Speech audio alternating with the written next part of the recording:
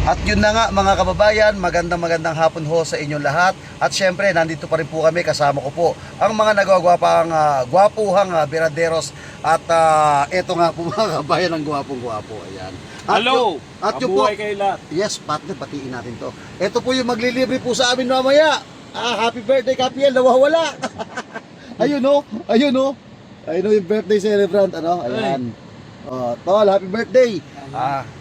Eto na nga mga kababayan, pag-usapan ho nating madalian. Mga congressman ho mga kababayan dyan sa Committee on Justice ay nabahag na ho mga kababayan mga buntot. Ultimo ho kakampi ho ni Laila de Lima ay sinalungat po. Eto nga pong si Chel Jokno. At mga kaalyado po nila dyan sa House of Representatives sa Committee on Justice, ultimo si Abante ha. Magtakay mo si Abante. Ayaw pa buksan yung box. Umatras si Abante. Umatras po mga kabayan si Abante. Dahil alam po nila mga kabayan, kapag ginawa po nila yan, may paglalagyan po sila.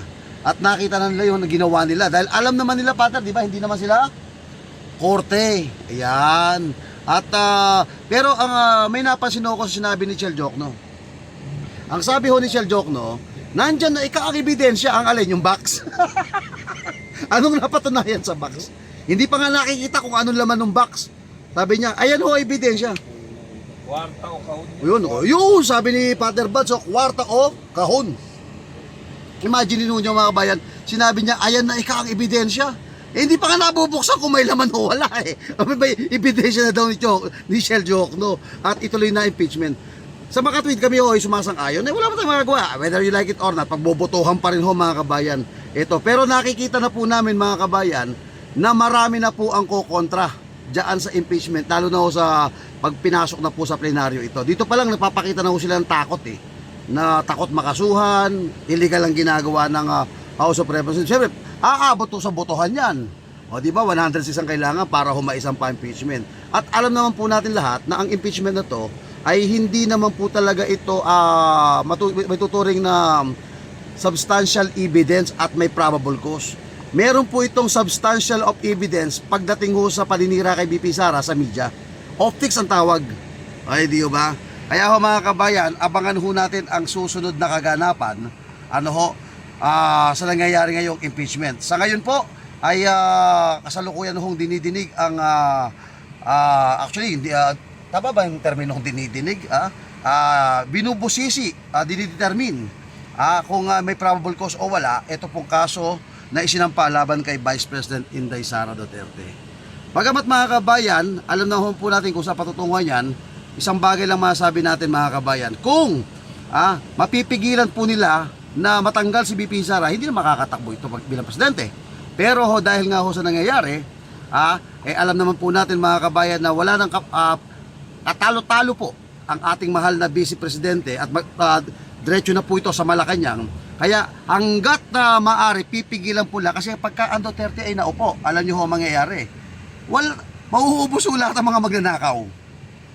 Mauubos yung mga politiko na nagnanakaw sa pera ng kabanang-bayan. Kamukha ho mga kabayan ng ginawa po ni Tatay Digong.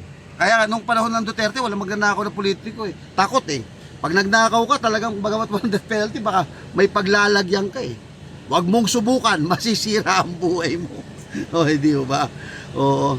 At ayan, Partner Buds, ayan na. Grabe si Prof, kasama namin. Prof, ano masasabi mo ngayon? Nandito tayo sa malamig na, asan ba tayo ngayon? Secret. Sa Artista Ban. Artista Ban ho kami ngayon. At yun na nga, mantakin ho nyo kanina, tinawag na taga-ABI, taga Channel 7 ho kasama ko. Siya yun. Hindi, ikaw. Pareha-parehas tayo. Channel 7. Channel 7. Yung pala nakita sa Channel 7, yung si John Vic Remulla. Kahawig niya. Kahawig. Mas gwapo naman ako doon. Yun. Oo, syempre. At magwapo tayo doon. Kapiel, bati ka naman dyan. Birthday boy, tayo namin. Oy, magandang tanghali. Oo. Assalamualaikum warahmatullahi ta'ala wabarakatuh. Iyon. Happy birthday! Sukran. Ba't hindi mo binabanggit yung birthday? Ayaw maglibre. Ayaw maglibre. O siya mga kababayan, 5 minuto hong mabilis ang talakayan Update lang ho, para lang ho meron ho tayong may upload ngayon. Yan ho ang mga ganapan ngayon mga kabayan dito. Huwag kalimutan mag-like, mag-share at mag-subscribe. At nasa Birada Aguila at sa kanya-kanya ho na yung mga channel. Badong Aratilis, Pambansang Loyal, Bisdak Pilipinas, BMR at syempre sa atin ho, dito. At dalawa lang ho kami nagla-live ngayon. Ito katabi ko, ayan ho. Dalawa lang ho kami nagla-live, ayan. Maraming salamat po, mabuhay po kayo, keep safe, always God bless, and always God first. Maraming salamat po.